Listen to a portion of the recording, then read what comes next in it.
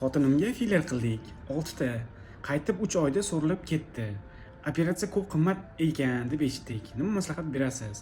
Filler 5 yil degan edi bizga.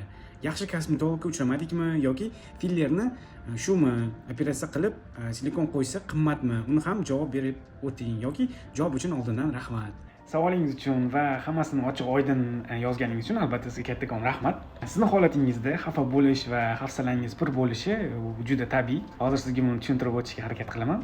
Va eng muhimidan boshlayman. Fillerlar ko'krakni yillar davomida kattalashtirish uchun mo'ljallanmagan. Shuni bilib qo'ying. Hatto katta hajmda quysa ham, misol uchun siz 6 ta ampula deyapsiz. 6 ta bo'ladimi, 10 ta ampula bo'ladimi, bu vaqtinchalik bo'ladi. Kosmetologiyada ishlatiladigan ko'pgina preparatlar o'rtacha 3-6 oy davomida so'rilib ketadi. Ba'zi bir esa uzoqroq saqlanishi mumkin, lekin ammo bu 5 yil degani emas, chunki 5 yil bu ilmiy jihatdan asoslanmagan.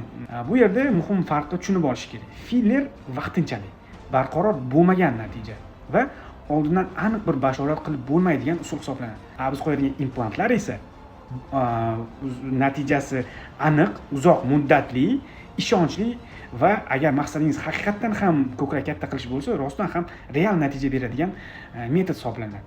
Hozirgi vaziyatingizda endi sizga maslahatim, birinchi navbatda ko'krakka qayta filler qildira ko'rmang, chunki bu samarasiz va xavfli hisoblanadi. Chunki keyinchalik осложнение, ya'ni yallig'lanib ketishi mumkin.